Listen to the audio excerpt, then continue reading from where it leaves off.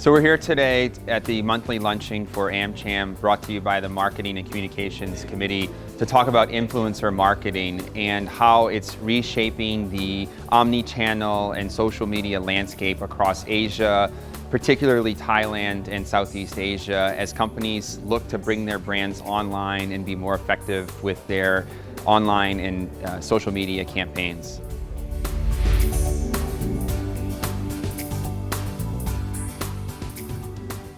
We were told earlier that it was the biggest turnout for a monthly luncheon so far this year.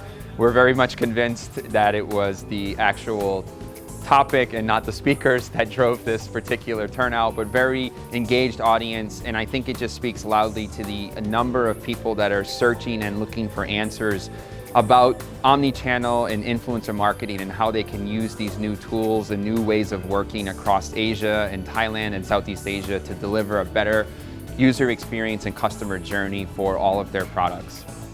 It was a really great event today. As a owner of an SME, I'm always thinking about how bad I'm at marketing. So I was really interested to come today, and I learned a ton listening to the topic. So it's really useful for me. Yeah. This event was informative, clean, and valuable. I have takeaways we're going to go right to work with. So thank you for attending today, and stay tuned for future upcoming Marketing and Communication Committee activities and lunches and evening events that you can come and learn about what's happening in the market and help to develop your individual businesses accordingly.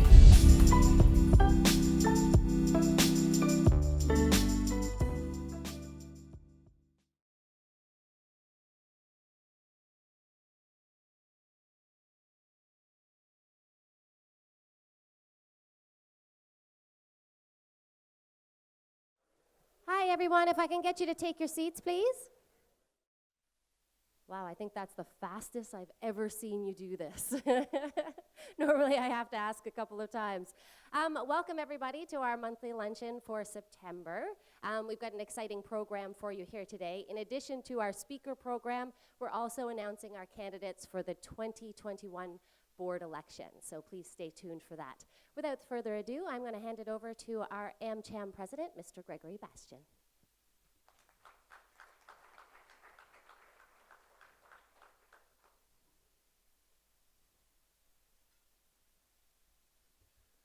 Good afternoon, American Chamber, and welcome to the monthly luncheon for September. I would just want to take a moment to thank some key people.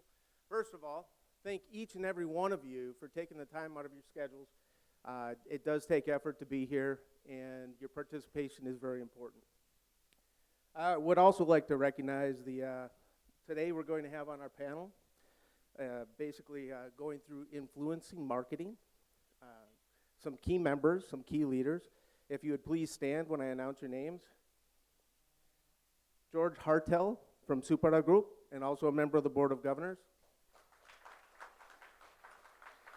Mr. David Norcross from Lexicon. Louie Morante from Procter and Gamble, and also his first luncheon. Welcome very much. And additionally, St. Regis, thank you for putting together this venue and a menu which I'm waiting to eat right now. Okay. And finally, the members of the American Chamber, AMCHAM itself, the staff. Special note here. Even though I'm only 25 years old, I do want to sometimes say that I have to use a flashlight to read the menu, and they did print the agenda in much larger type this time. Thank you very much. Now, as I go through a couple of items of chamber business, please feel free to begin eating. For chamber business, I'd like to welcome the new members this month. We have, and just as a note, based on the efforts of the AMCHAM team, as well as several members in this room, this will be the first year in 4 years we will be increasing AMCHAM membership. That is worth a round of applause. Now, the new members for this month, if you are present, please stand. Aviation Service Asia. Fit Dow.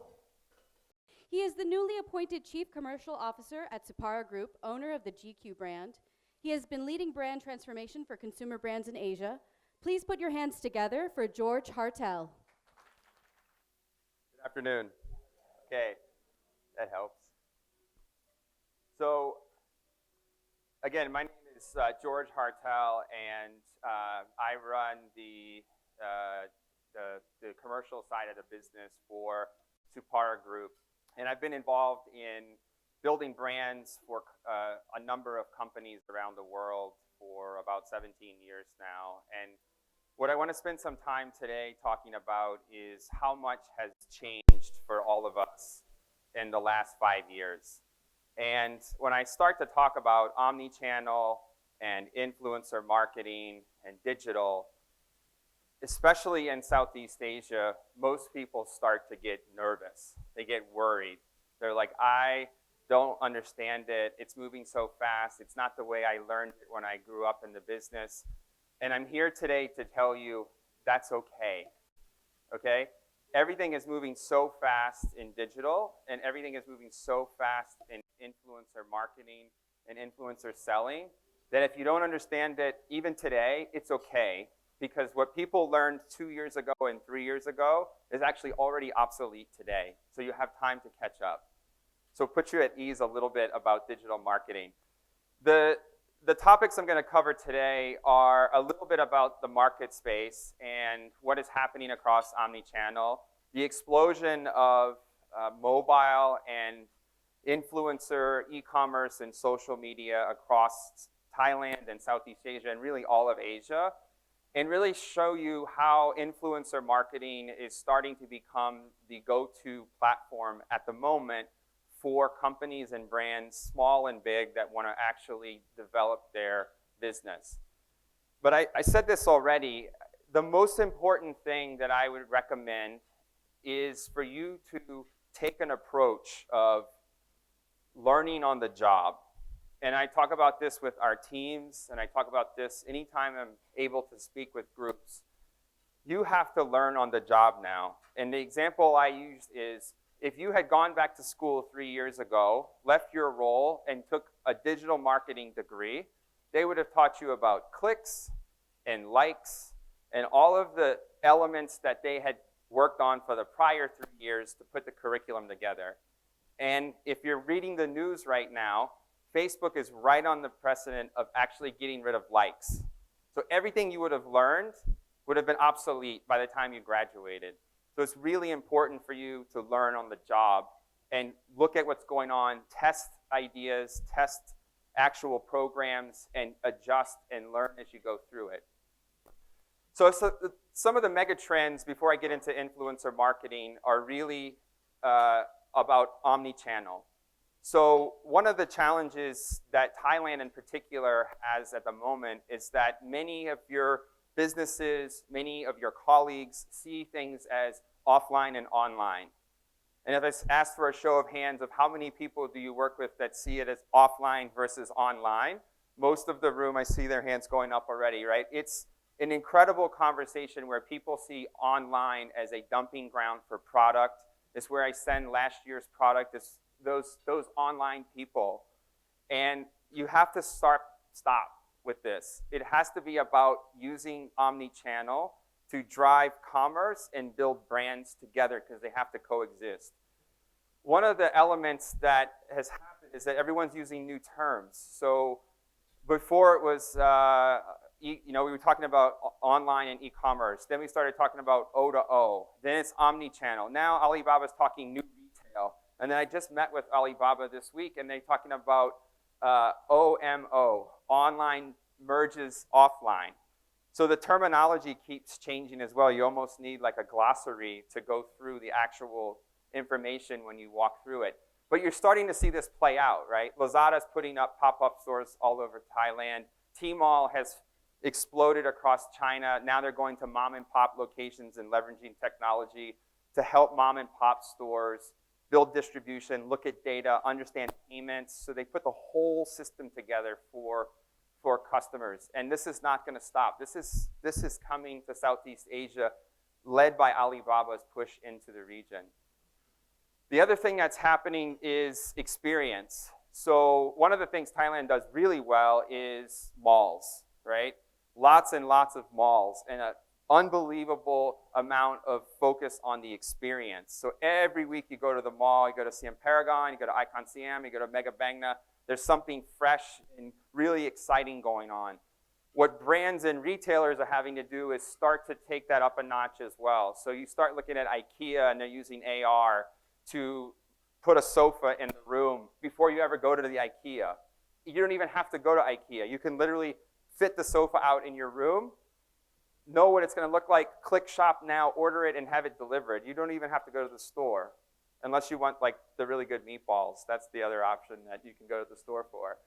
So Shiseido's doing the same thing. If makeup mirrors, you don't have to go and get the makeup done. You can use the system to apply makeup. Nike's doing an incredible job with innovation, helping people customize shoes. There's a huge percentage of people that actually don't have the same foot size, but when you go in, you have to buy a size 10 or a size 44, and they have to be the same. Nike's taking that out, so you get a perfect fit shoe every time. And so you take this omni-channel approach, and you take some of these staggering statistics. These are incredible statistics. If you look at the market, right, there's more people, more active social media users, 4 times more than North America. So everyone likes to talk about Amazon, talk about all of the US market because we're part of the Chamber of Commerce. But Southeast Asia and East Asia has 4 times as many users already. The region right now as a total is #1 in the world with 1.5 billion active mobile internet users, okay? Mobile subscriptions, I love this one, is 133%. How many people in the room have 2 phones? Raise your hand. That's why you have 133. So how many of you have 3 phones? Don't answer. So 133% of the mobile phone subscription relative to population in Thailand, okay? 93% of Thailand, age 16 to 64, is on Facebook.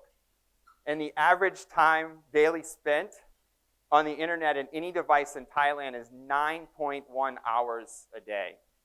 That is a real number. That was since January and February, and the number's going up. So your customer is buried in their mobile device. 9 out of 10 purchases from Lazada and everyone in the market in Thailand is on mobile. If you're not thinking mobile first in the process, you're never going to catch up to what's happening in the market right now. Okay, so all that's great. Omni-channel, you've got incredible activity happening across the experience at retail, and now you have this explosion of digital and marketing and mobile technology and adoption that's happening across the region. But one of the biggest marketing tools, which is why many of you came today, is influencer, and that's not a typo. It was influencer marketing about a year ago, but now it's influencer selling. And we talk about influencers, you hear the term KOL, so KOL is key opinion leader. Actually in China, KOL is already obsolete, and now it's a KOC, the key opinion customer, because now they don't believe in like the big KOLs anymore because they're just pushing product. So it's all about the nano KOL. So this has become a huge part of the selling process now, not just the marketing process. And if you look at the reasons that influencer marketing is so successful in Asia, it's because it's super cost effective. The ROI is unbelievable if you do it right. $6.50 for every dollar invested on a micro influencer, and it's highly measurable. It's extremely customized. So what you have to start to think about is not a mass influencer marketing or mass brand marketing campaign, but every single user is N equals 1. This is my personal marketing space right here, different than Dave's, different than Vera's. How do I customize a message that matters to me versus it matters to her?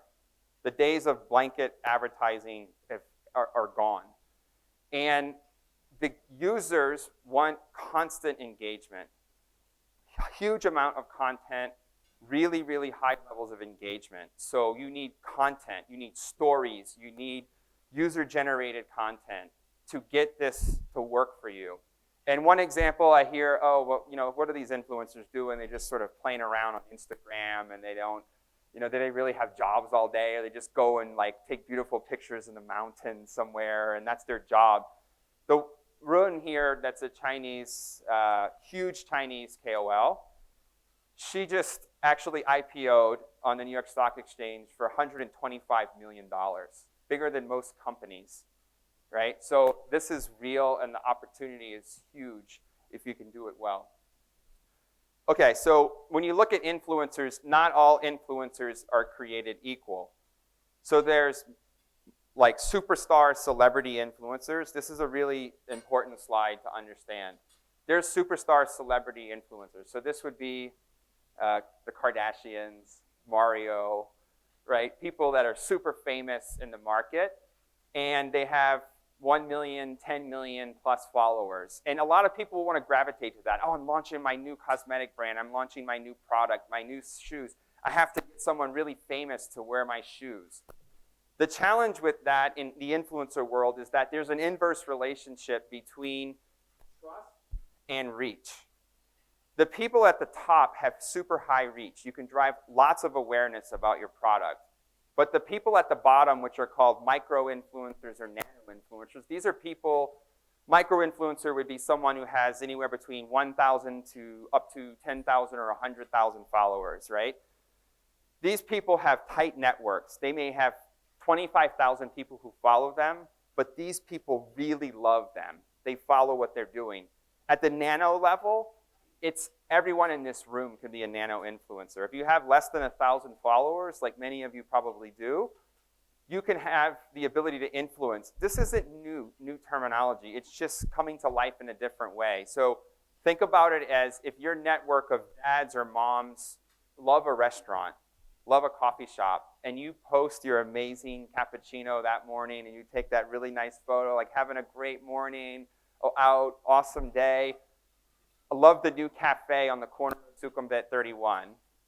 That group of people that see that, you've already influenced them. Or just had an awesome experience today at this new pet store. Like, you should check it out. They have organic pet food for your dog. Already, most of your friends are pet lovers, likely. So you're a nano influencer, but this is now being galvanized into an actual market where you can actually get nano influencers. You can attract them and use them at a very, very low cost, and I'll show you. So there's two parts of this, right? One is macro, superstars. How do you use them? And you have to choose very carefully. And you can mix them. It's okay to mix. Or micro and nano. If you're starting out, you likely don't need a superstar. If you're just getting started, you can use nano. If you have one shop house with your new business, it's okay. You can even use nano and micro. So why nano and micro? I mentioned a lot of this. They're trusted. They're highly credible because their tight network of people follow them and believe in them. But they don't have huge reach. When you post with a nano or a micro, they're not going to get 400,000 likes. They're not going to get that much engagement. You can boost posts and do other things to help, but that's a much more complicated process. And the process of this is that their people are loyal. Now, on their side of it, they have to keep up. They have to keep pushing and pushing content to their followers in order to keep the appetite up for their engaged followers. So their job as an influencer is to constantly be pushing media, constantly be pushing stories, experiences. And so while it may look like their job is like really fun and cool to be traveling around, if you're an influencer, it's actually really hard work. And if you talk to some of them, they may be loving their life and loving their job, but there's been this campaign going around on Instagram right now. It's like an influencer's post versus their real life. And they show the woman at like 4 a.m. in Siem Reap, and she's like going like this, half asleep, and someone's like spray painting makeup onto her, waiting for the sunrise, right? And that's happening at 4 a.m. That's what her life is like. She had no sleep. Someone had to airbrush her face. And then she takes that one photo where she's so happy and beautiful right in front of the temples. That's reality for them. And if they don't do that every day, every hour, they get lost in the algorithm across Facebook and Instagram. And so they have to keep pumping the system. So people trust nano and micro influencers. So the other thing that's happening with micro influencers is live feed selling. the best way to describe this to you is think about TV Direct in Thailand or QVC in the US, right? It's selling live TV selling. So what Lazada and Shopee are doing now is that very often throughout the day, sometimes even at 8 a.m., noon, 6 p.m., and at 10:30 at night, they're using KOLs, so using key opinion leaders or now KOCs, influencers, to push product live. And they really make you engage in the app. And these tools are phenomenal at driving actual sales.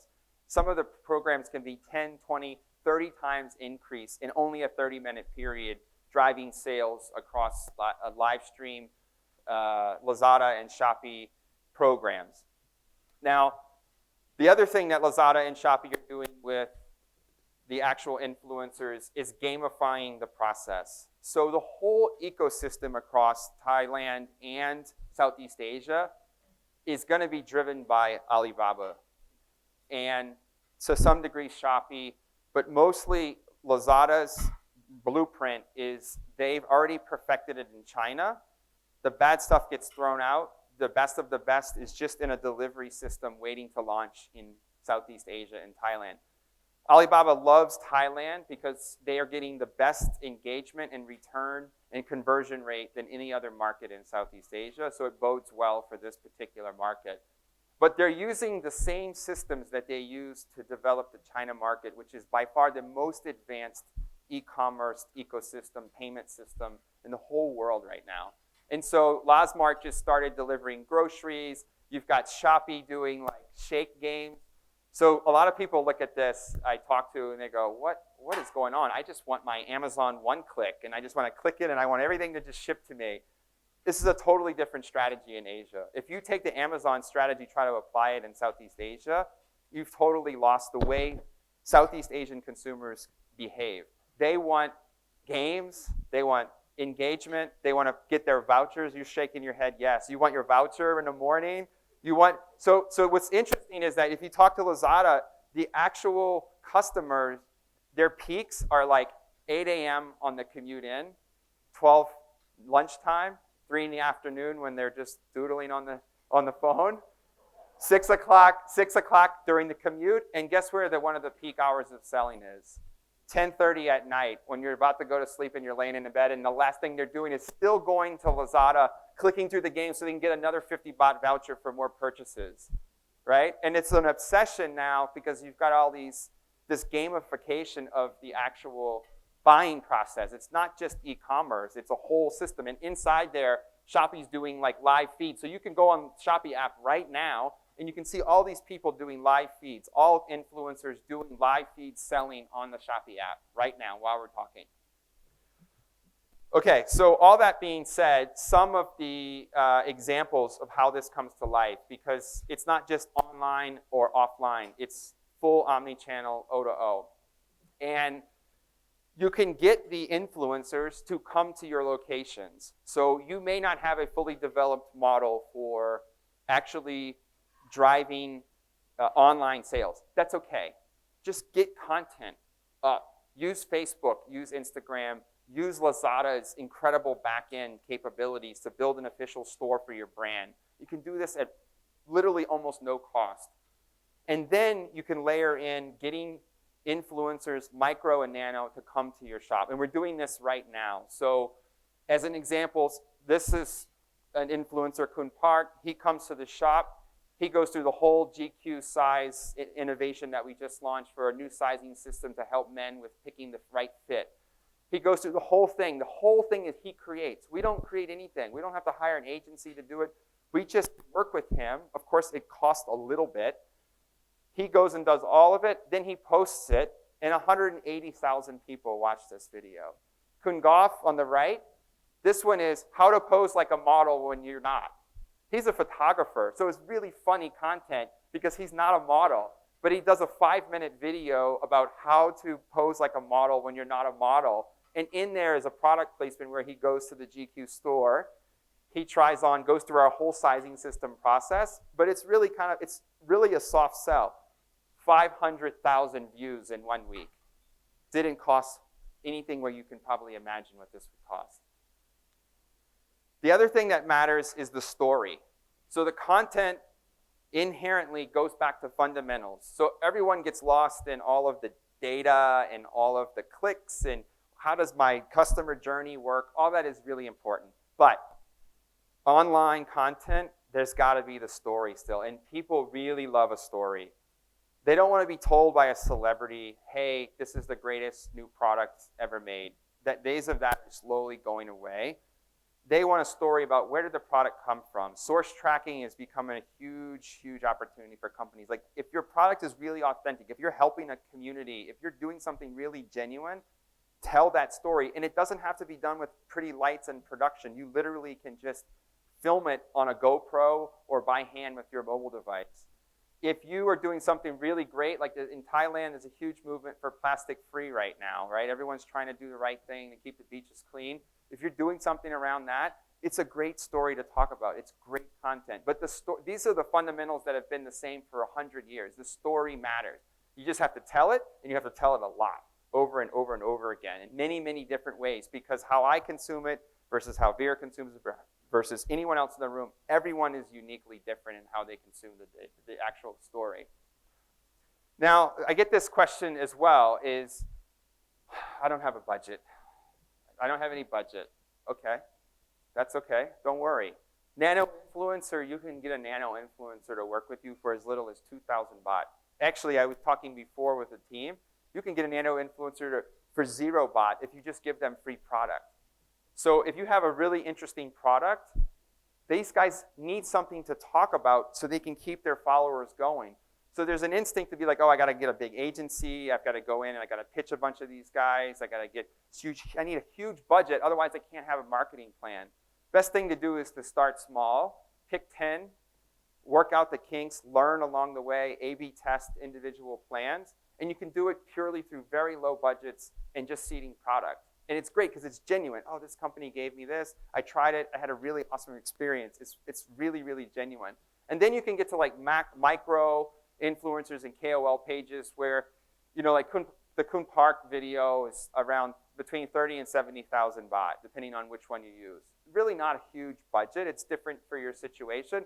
But this particular video ends up with, I think the number ended up 127,000 views, right? Didn't cost much. We can retarget all of his audience in the process.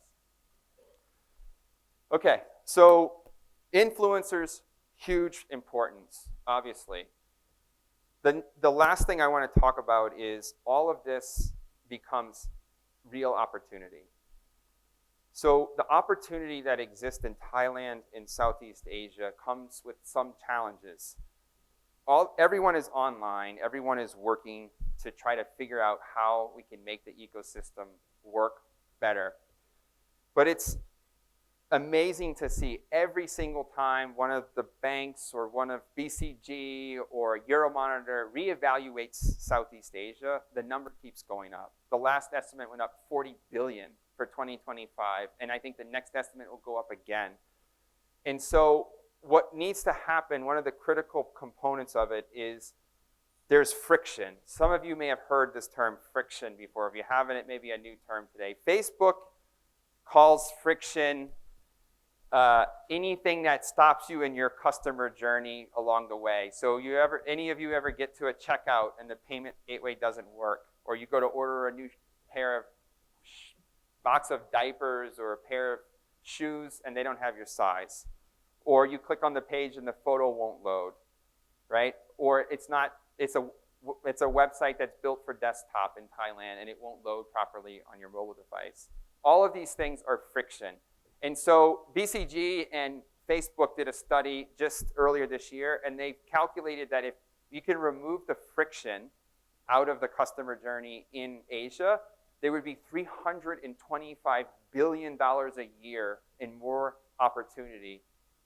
325 billion. I had to look at the number 3 or 4 times and question it. It's a real number that would be available to go get if we could get the friction out. So all of our jobs is to help that customer in that journey.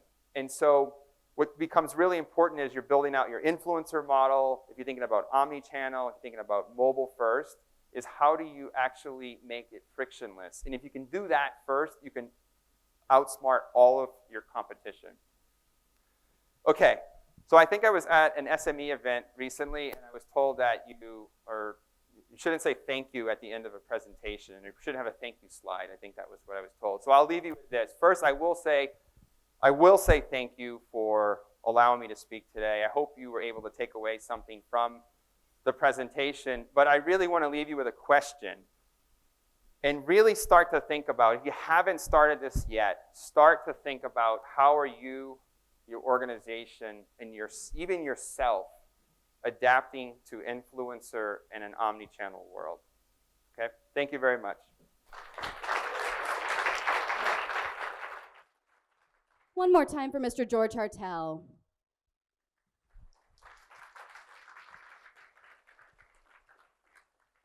We will now move to our panel discussion. Our first addition to this panel leads Procter and Gamble Southeast Asia Fabric and Home Care Regional Brand Communications and has spearheaded P&G's internal LGBT+ employee affinity group on gender equality. Please welcome Louie Morante.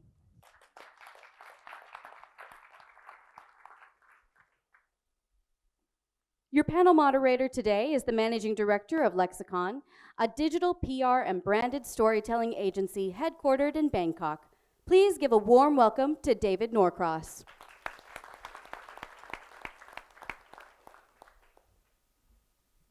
And once again for Mr. George Hartel.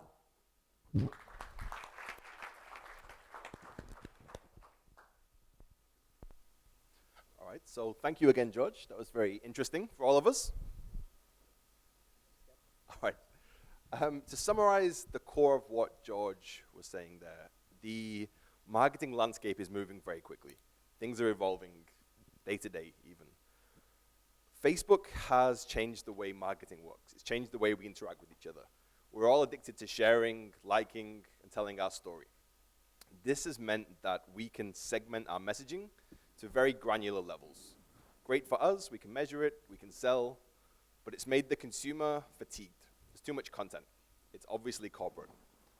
It's in that context that influencer marketing has emerged as an authentic, storytelling, real option. So I think it's an interesting opening question for you, Louie, especially.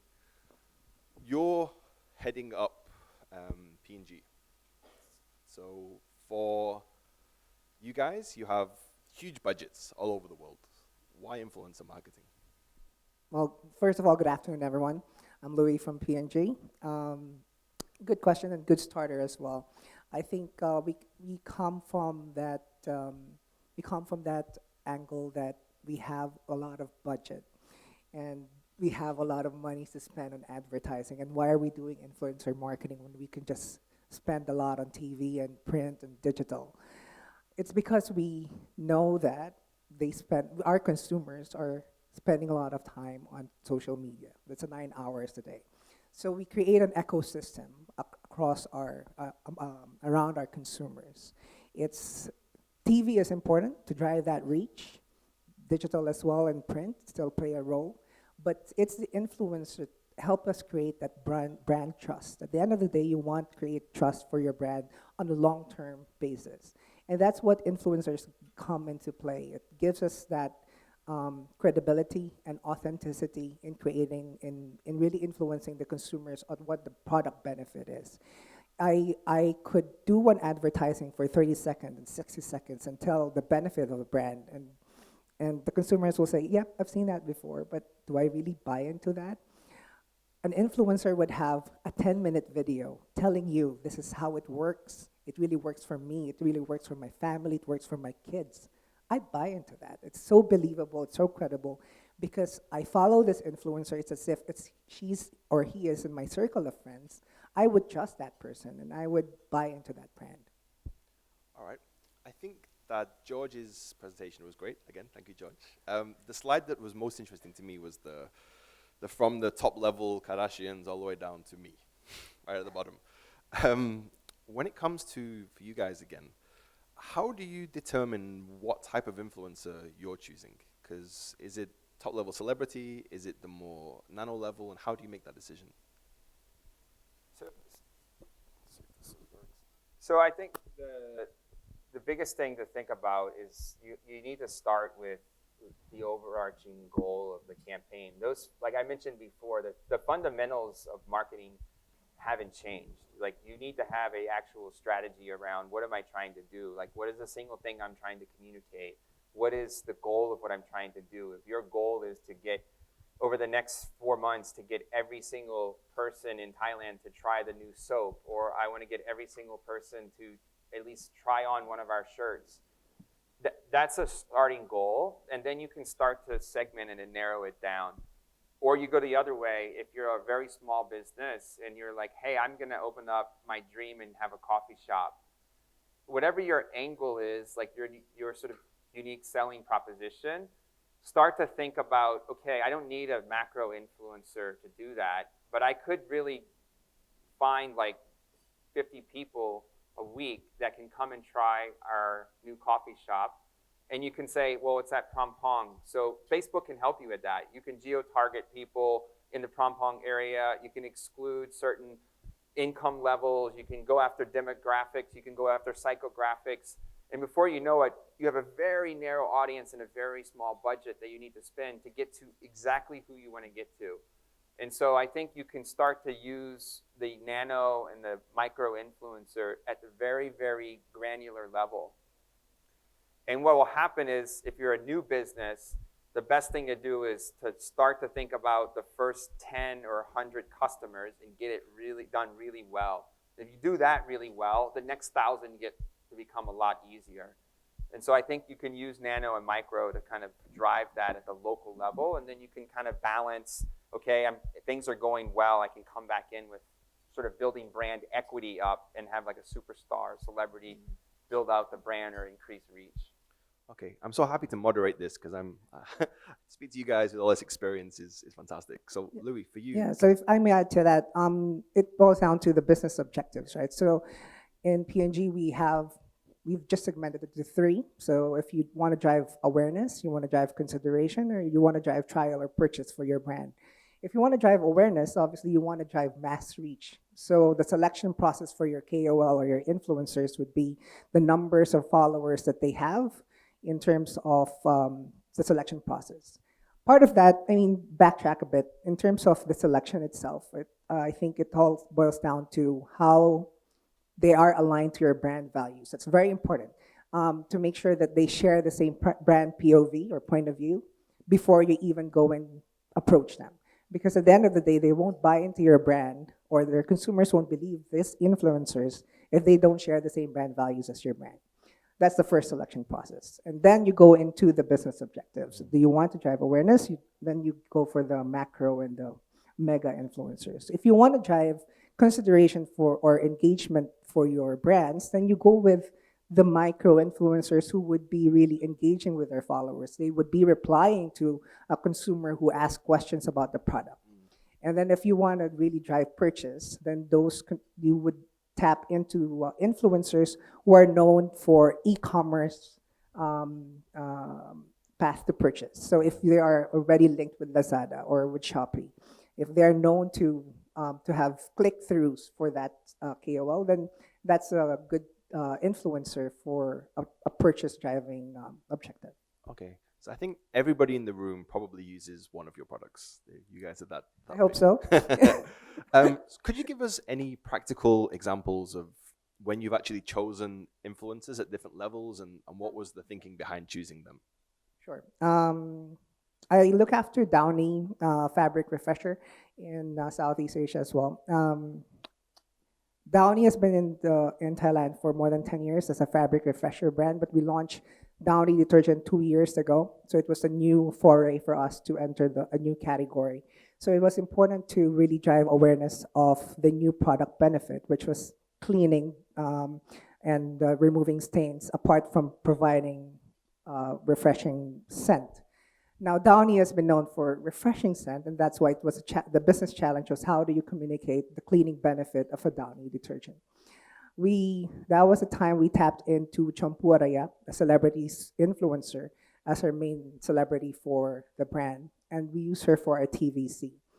But apart from TV advertising, we leverage her as an influencer as well. this is where the triangle that you saw a while ago with George's presentation comes in. So at the top of that triangle is Champu Araya.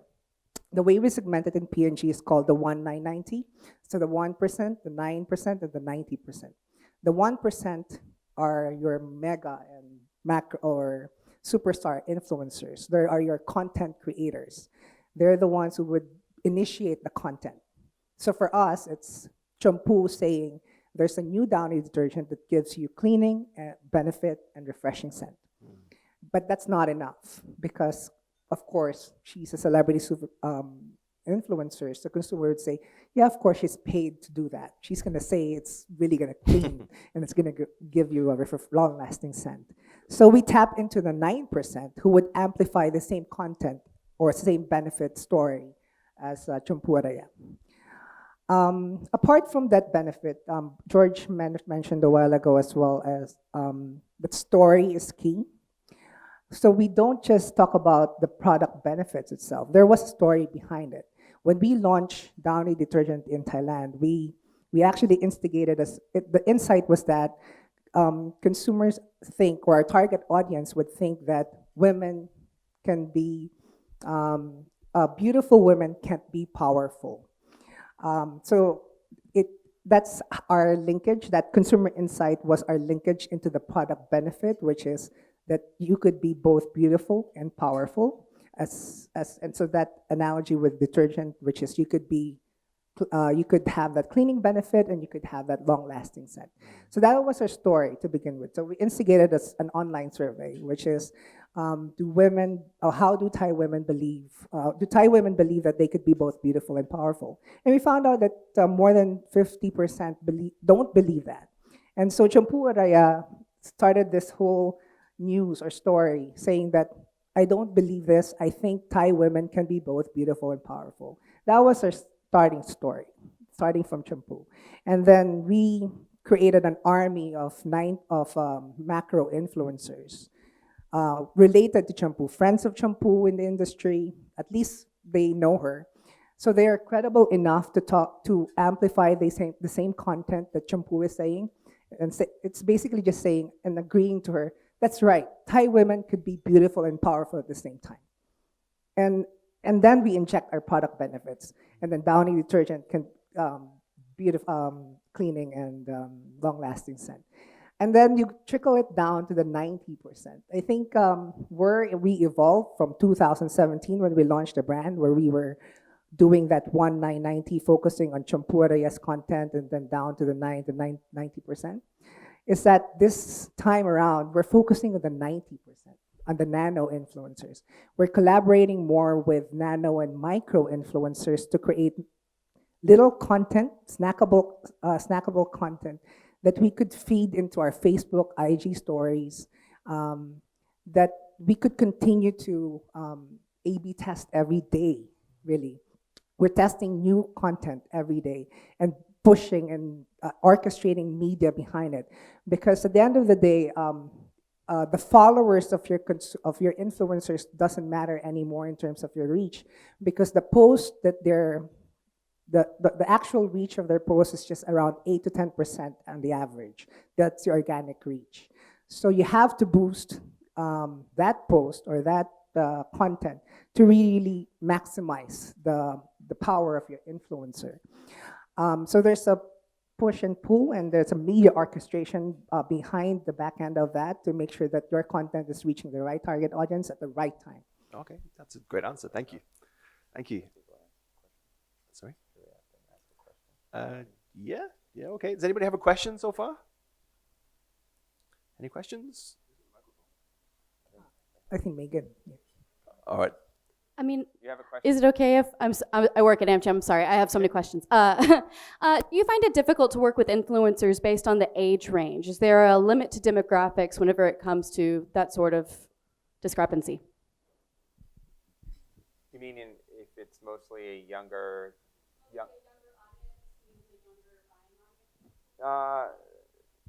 no, not necessarily. It's actually, there's a really interesting dynamic about the influencers that if you were, like for us, if we were selling like men's apparel, right, men's products, there would be this notion that like, well, we should be heavily involved in men's like influencers. But in fact, 45% of the purchases are done by the female.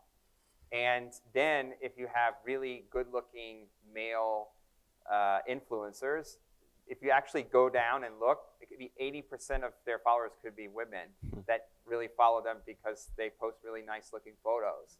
And the same is true for guys. So you wouldn't think to use a female supermodel to target men, but in fact, for a lot of supermodels, their followers can be more than 50% men that just like looking at the photos they post. And so it's very interesting to not just say, oh, this person is super popular or this person has huge followership. You really got to drill down into the data and look at their base of male, female, and then your question is younger and older audiences. So we see a lot. Everyone sort of thinks, oh, the internet's only for young generation, but the stat I showed was 93% of 16 to 64-year-olds are on Facebook in Thailand. The older, there's a different topic. There's a lot of different names for the retiring generation in Thailand.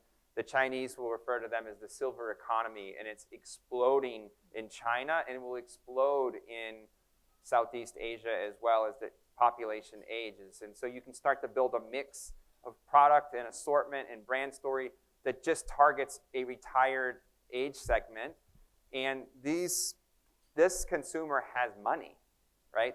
They got time, they have time to watch your videos, they love the content. And so you can really build out a strategy to go after any age group and any sort of gender demographic as well. All right. Okay, my next question is about measuring success. So I've heard both of you guys mention A/B testing. I'm not sure how inside a term that is, if everybody knows it, but marketing has changed a lot over the years, become digital, but the core of it is the same. A good story with a call to action. This was true 100 years ago, when the process was you had a magazine, you liked the advert, it was compelling, you get the scissors, you cut it out, you go to the post box, you send it off, you get your product. That was very easy to measure success. Now it's even easier. With influencer marketing being kind of somewhat amorphous still, what is a useful KPI, what is a useful measure that the people here could start to apply? What should they be looking for when it comes to success? Louie. Let me start. Let me bring it back again to my first answer a while ago, that you have to start with your business objectives. So that's how you measure success. You start with a deliberate KPI at the start. So do you want to drive awareness? If you want to drive awareness, then the key measure of success or your KPI would be reach, impressions, and reach and impressions. Okay. Now, if you want to drive consideration for the product, then it's more of your engagement, your social media engagement. I will actually segment the two KPIs into two metrics. So there are your social media metrics, which are your reach, engagement rates, and your business metrics. So you have your sales uplift, your brand health tracker in terms of your brand equity. Does it help with your brand affinity? So we measure both. But at the end of the day, to your point a while ago, it's the metric for your business is always the same. Did you actually sell? And that's the ultimate metric that you should be measuring. Regardless, and George mentioned this a while ago, regardless if you had 50,000 or 1 million views or interactions with your post or your story, if you didn't sell a single soap, then it doesn't really matter. We had a case study before in the Philippines on a Pantene ad where it was so engaging, it went viral, it went globally awarded as well. It was awarded in the Cannes, but it didn't really deliver on the volume and the profit. So was that successful? No, from a business perspective. So I think that's how you should be looking at it. Measure it from a social media metric point of view, and you have those available with your vendors, Facebook, Instagram. Those are important, but again, link it to your business metrics. Did it actually deliver on in either or your sales or your brand equity? Okay, I think it's things that we can easily measure would be reach, likes, engagement, that kind of stuff. But George, how could we measure directly the sales that we get from an individual campaign? What tools can we use for that? So, one of the things you have to do with all of this activity is you have to go really deep in the data. So if you actually, there was an interesting chart I just saw that showed the top 10 in-demand jobs in Asia. And number one on the list is data scientist. And if you look anywhere on the web right now, there's about 100 jobs posted for data scientists, almost in some cases per company. And the reason why is because to do the performance marketing, to do the actual work that we're talking about, you have to go really, really deep into data. The good news is that Facebook and Instagram and Google and a number of other companies give you fantastic tools to do this. And if you learn the tools, which are also constantly changing, so something that was really interesting that you learned about how to measure 2 years ago has been removed from the measuring tool in the business portal. So you have to go deep on the data to really understand what consumers are doing. And then you talked about A/B testing. You can test 2 different ads against one another, of course, but now there's companies, if you work with them, that actually can do that through an AI system. So there's one in Singapore that's really does it very well, where in one day they can change your ad 30 to 40 times in one day, and the system just does it. So if they put an ad out and says 25% off or 50% off this new item, people aren't getting engaged with it. The AI will change it to be buy one, get one free, same promotion. Then if they get a lot of engagement, then they say, oh, come in for, if it's a car, like free oil change this week. And then nobody's clicking on that, like free tires for life. Like the AI actually keeps going, and it can also, when Facebook or Google starts to raise the price of each engagement, it can alternate and go to an actual another advertising or another ad, so it doesn't pay too much. So there's all these, you really got to go deep on the data, and if you do, and if you like data, it's fascinating to look at because the consumer behavior is really awesome for your brand if you can control it as well. Okay, final question that I'm going to open up to the audience. There's a lot of B2B businesses in the room. For us, Chompu Araya may not be the right pick. This one's for you, George. How do we pick an influencer when it's B2B? Yeah, it's a good question. And this has come up at a few of the evening sessions for SME night and even YPC events. I ran B2B businesses when I was at Newell across professional tools and cleaning products for hotels and hospitals. The B2B, and if you have a service model, you can still use these systems, but you just do it in a different way. So, programs like LinkedIn have the same advertising portals, right? You can talk about your service. What ends up happening, though, is that B2B businesses tend to be weaker at creating content. So if you want to do a business that is a service, find someone who loves your service and talk to them and interview them and have them talk about your service in a video format. Please use video and not a picture because it's so much more engaging for customers when they're going through their feed. And just have them talk about the experience. What was it like? What was my problem? What was my trigger? And what did your company do to solve this for them? And have that get posted, not even as a sponsored ad. It can just be them posting it and you boosting it a little bit in LinkedIn as a particular platform. But all of these other platforms, because the penetration is so high, even on Facebook, like many of you in the room are B2B, but you're all on Facebook.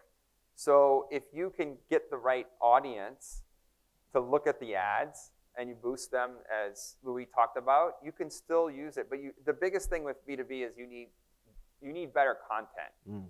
But the platform and the approach can be very, very similar. But rather than it being like a flyer, or it's like, oh, come in today for a free consultation, just everyone's just going to keep going, right? But if someone posts an actual video talking about how transformational your service was for their particular issue and they can relate to it, then you stand a much better chance to have that influence on the particular customer. Yep. Louie, do you want to answer that too, or should we? Yeah. Well, you would think that P&G only caters to direct to consumers, but obviously our customers are the modern trade and the distributors. So we do have, and to your point, we create content for our customers as well, like Big C and Tesco. And the way we work with them is that we create customer roadshows. We invite them to our innovation centers, for example, and really take them through the product development. Because to George's point a while ago, the sourcing of your ingredients, the packaging itself, it matters to them. And if you show them the development of the product, they're more engaged with it, and that's how you actually sell it. And if you want to take it a notch higher, you could create digital content out of that event that you just created with your customers. And you could post it on Facebook, you could post it on Instagram, and really boost it and really create that credibility that these products, our products, are tested by these customers.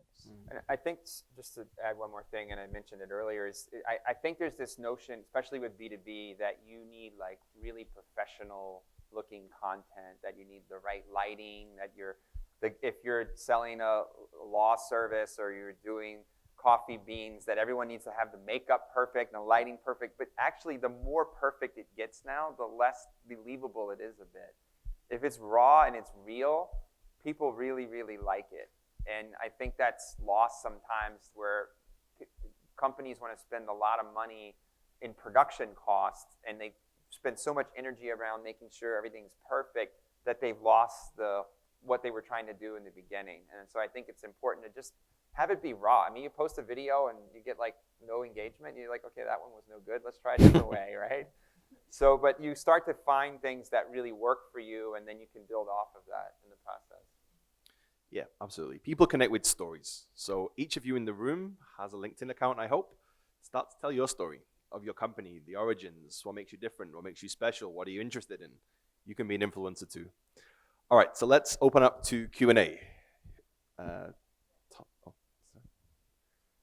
Okay, Tom? One more? Okay, Greg first. Okay. Hi, I'm Greg Buddha. I'm very happy that you guys are doing this event today. Really great information. I run a small to medium enterprise, and your 1, 9, and 90% analogy is really, really on point. I think finding the 90% is a little easier.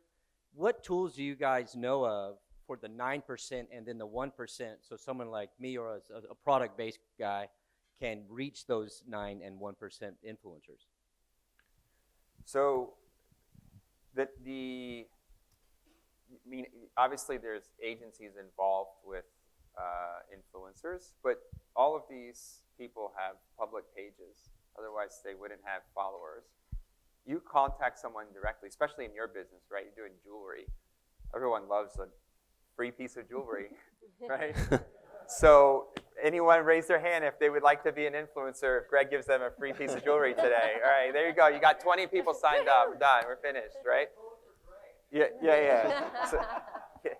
So I think you can do that with your product in particular very, very easily. If someone can get a necklace, and maybe it's a special occasion like an upcoming anniversary or some sort of specific situation, and have them document that moment, and they're like, thank you so much for making my engagement very special. And what they do is they would say, like, whatever, George's engagement, like, today I'm with Spokes Jewelry, and then they post a video, and then that's branded content, and then you can reuse that.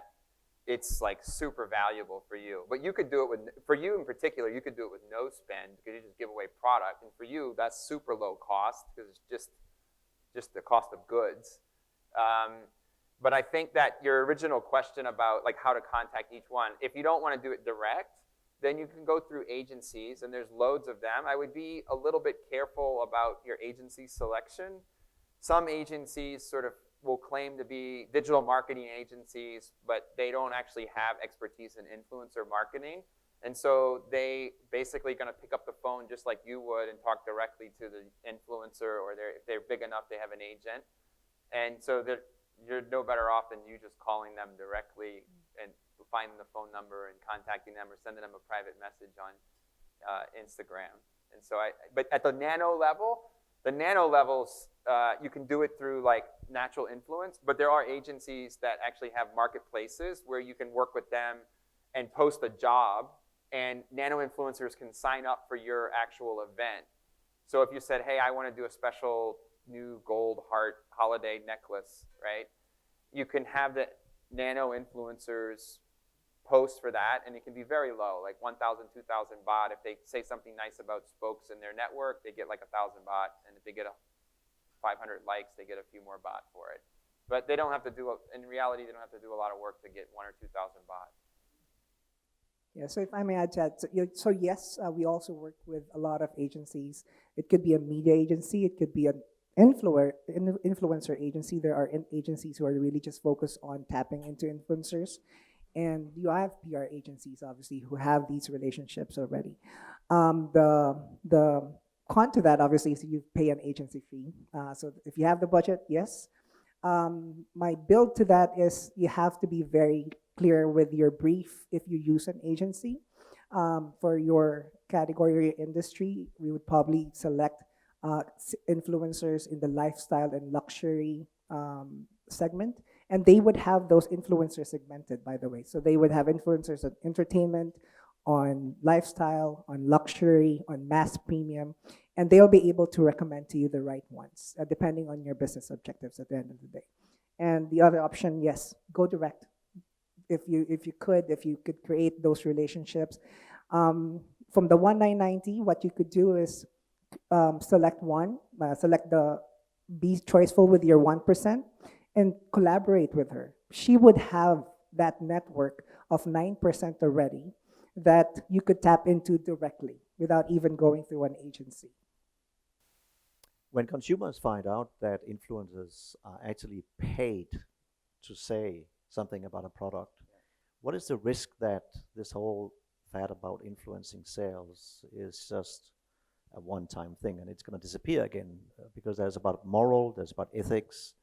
So do you have any examples where a famous influencer actually lost it because the audience found out that they were actually paid to say something that they actually didn't like?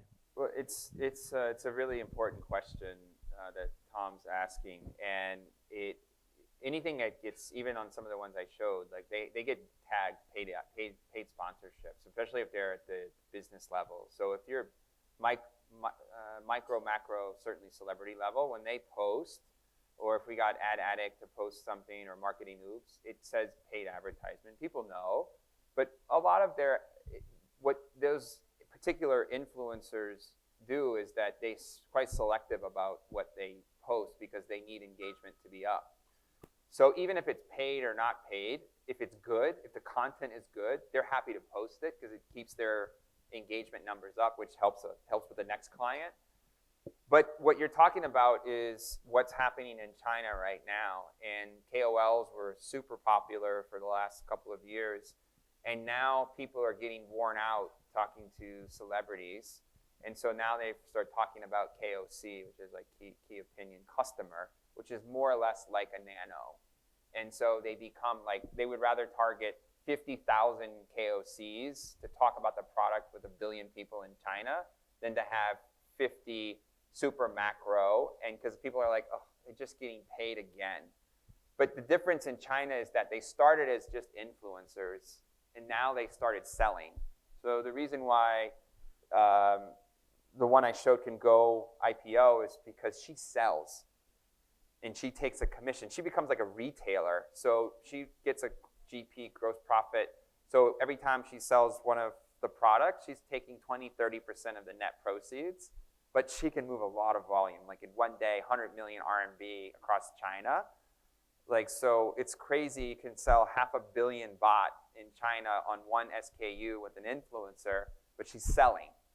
And people are starting to be like, Okay, I'm tired of being sold to. I'd rather have my friend tell me that this is a great product. I think we have time for one more question. Sure. Influencer, you get into their personal lives. How do you, I'm in banking, so when we use influencer, I mean, my team will say, they have so much reach, how much followers, they are very good. But I said, well, technically, I don't really care about what they do in their lives, what they believe in, what are their, moral compass, what have you. But if they represent your product, your services, what is the balance of that? I mean, if you think too much, you vet their history and what have you, and find those guys, is overkilling.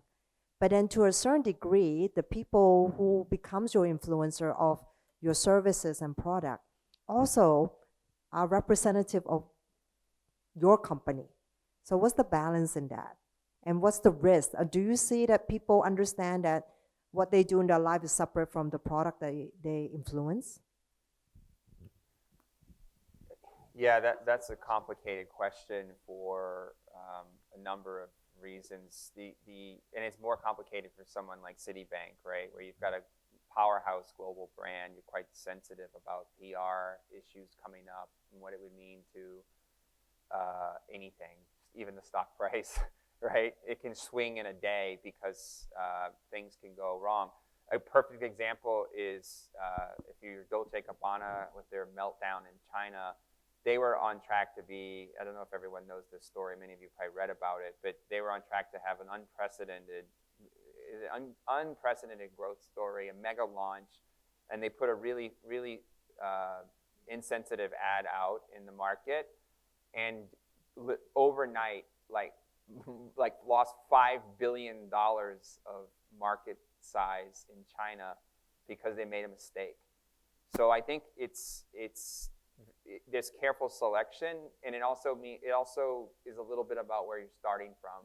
When you're Dolce & Gabbana and it's Citibank, you got to be a bit more careful. If you're a new pop-up store at Pong, you can get away with a little bit of early less vetting, but you do have to be very careful in the process that you don't make a mistake in either ads or influencers you pick, and that you. But it's a risk. It's always been a risk, right? We've all had the celebrity that we've made even the face of our brand in some cases, and then it turns out the guy or woman's got a bad history that no one knew about, and that's a chance you take with any paid endorsement. For us, you have, as mentioned a while ago, you have to stay true to your brand values. Your brand POV should be very strong, that you know it so well, that you know which influencer to tap into. And once you've identified that, you make sure you align them with your POV, you onboard them, you collaborate with them, you tell them that this is your story. Do you want to share my story? Is where you want to strike that balance. That's where the authenticity comes in, because every brand will have different audiences and would have different brand values, right? But you have to make a stand. This is where I think that's where the future of influencers are going into as well. They're having strong advocacies, and that's where brands are playing into now. That's our story. We have a strong advocacy on gender diversity. We have a strong story on sustainability. And that's where influencers could create content as well. Great. I'd like to thank our speakers very much for your time today. If I could get them a round of applause, please. I would also like to say a special thank you to David from Lexicon. His team is here filming today, so you may have noticed that we don't normally have this at our luncheons, but we will have video content from this event available online for people to view that weren't able to attend the event. So if you thought this was really great, please do share that other people will be able to see the content and some of the answers that were given today for all of this great information that's been shared. That's it for our monthly luncheon today. Thank you very much for coming. Please join us for the annual general meeting that's being held October 30th at the Move and Pick BDMS Wellness Center. Thanks very much, guys. Have a great day. Can we eat? Thanks. Yeah, thanks.